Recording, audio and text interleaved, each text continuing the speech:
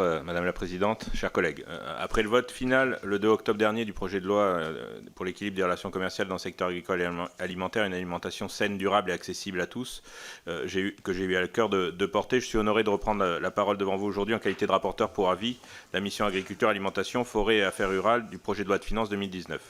En effet, le projet de loi Egalim ne comporte pas de mesures fiscales ou budgétaires. Il fait appel à la force de la loi et aux ressources privées et propres aux filières pour engager la transformation de l'agriculture française vers davantage de qualité et de compétitivité.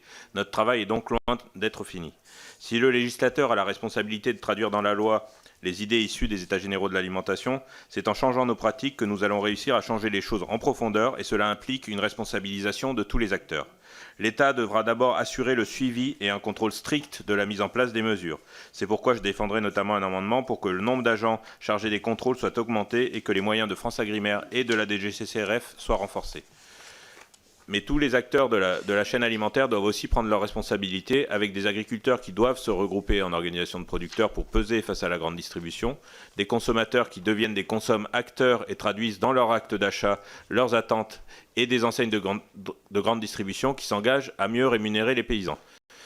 C'est pas gagné d'avance, hein. J'étais ce matin au Cial et vu les échos qu'on a au niveau du début des négociations en cours, on ne peut pas dire que la grande distribution montre l'exemple et elle continue à vouloir s'enterrer dans sa guerre des prix, un certain nombre de distributeurs notamment.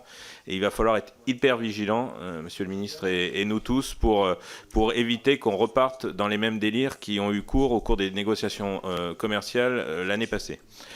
Nous l'avons vu les derniers jours, les aléas climatiques tels que les inondations et les sécheresses se multiplient. Ils nous affectent tous et touchent encore plus durement le monde paysan. Ces drames humains et économiques ont un lourd impact sur l'agriculture française. Les attentes des consommateurs ont changé également. Notre modèle agricole et alimentaire français doit évoluer pour, d'une part, permettre aux agriculteurs de vivre dignement de leur métier et d'autre part, faire de la transition agroécologique une priorité. Ces deux objectifs économiques et écologiques, nous devons les penser ensemble dans nos politiques. Oui, il est tout à fait possible de mieux rémunérer les paysans tout en assurant en même temps la transition vers une agriculture plus durable qui utilise moins de produits phytopharmaceutiques et monte en gamme pour faire rayonner nos produits français de qualité à l'export. Je tiens sur ce point à préciser que les crédits alloués, comme l'a dit Monsieur le Ministre, au Fonds Avenir Bio ont été doublés, passant de 4 millions d'euros à 8 millions d'euros, afin d'atteindre l'objectif à terme d'affectation de 15% des surfaces agricoles utiles à l'agriculture biologique. Nous avons voté cette disposition dans le projet de loi Egalim. Avec la fin progressive des aides au maintien à l'agriculture biologique, le gouvernement entend se concentrer maintenant sur les aides à la conversion en agriculture biologique afin de soutenir les changements de structure d'exploitation et de marché. Le crédit d'impôt bio sera notamment à cet égard revalorisé. Je le répète, satisfaire nos objectifs environnementaux est notre priorité. C'est aussi la priorité des agriculteurs qui ont pris conscience de la hauteur des enjeux pour leur santé et pour la survie de leur métier. Si nous ne réussissons pas ensemble le défi de produire de façon plus durable et de mettre sur le marché intérieur et à l'export des produits français plus sains et de meilleure qualité, c'est l'économie de l'ensemble de nos territoires qui est en péril. Nous avons bâti une loi à partir des contraintes des agriculteurs, c'est-à-dire à partir de leurs coûts de production, en les incitant fortement à se regrouper en organisation de producteurs. Le contrat et le prix associé seront désormais proposés par celui qui vend. C'est une révolution pour rééquilibrer le rapport de force entre les producteurs et la filière. C'est grâce à cette mesure que les paysans pourront véritablement valoriser leur travail face à la grande distribution.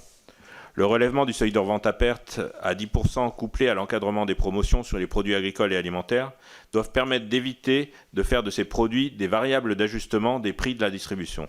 Ces ordonnances doivent être publiées au plus vite. Je tiens à insister sur le caractère expérimental de ces mesures. Au bout de 2 ans, nous évaluerons leur impact sur les prix et le revenu des agriculteurs.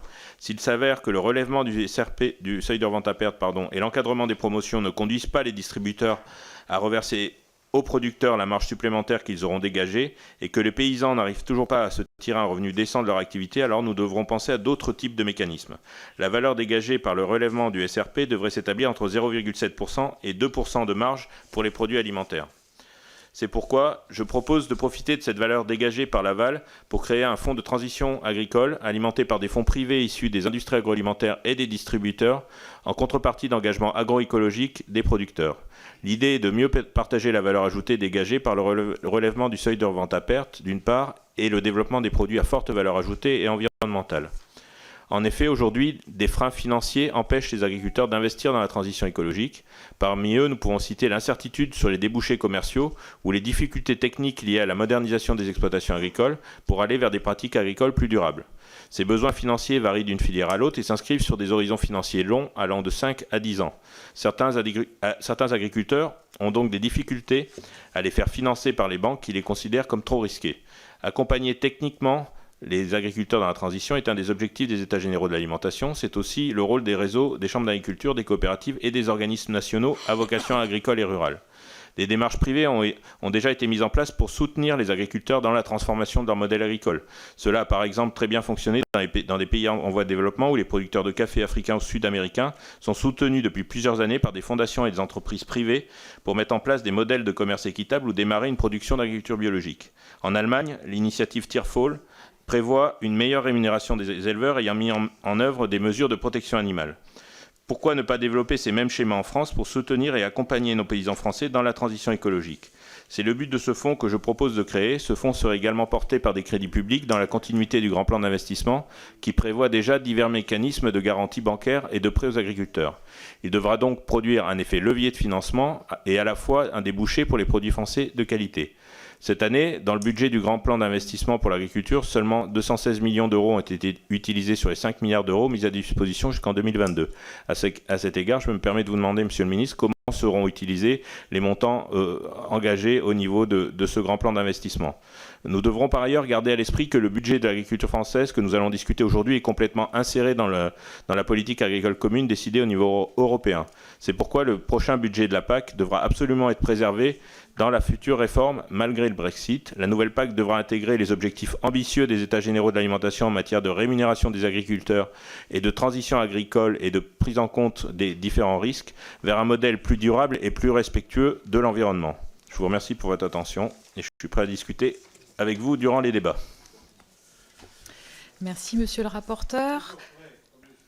Nous avons donc maintenant nos orateurs par groupe. Je vais vous donner la liste et puis ensuite c'est à vous, monsieur Sampastous, monsieur Nury, monsieur Turquois, monsieur Benoît, monsieur Potier, monsieur Jumel. Que des hommes pour parler d'agriculture. Monsieur Sampastous, vous avez la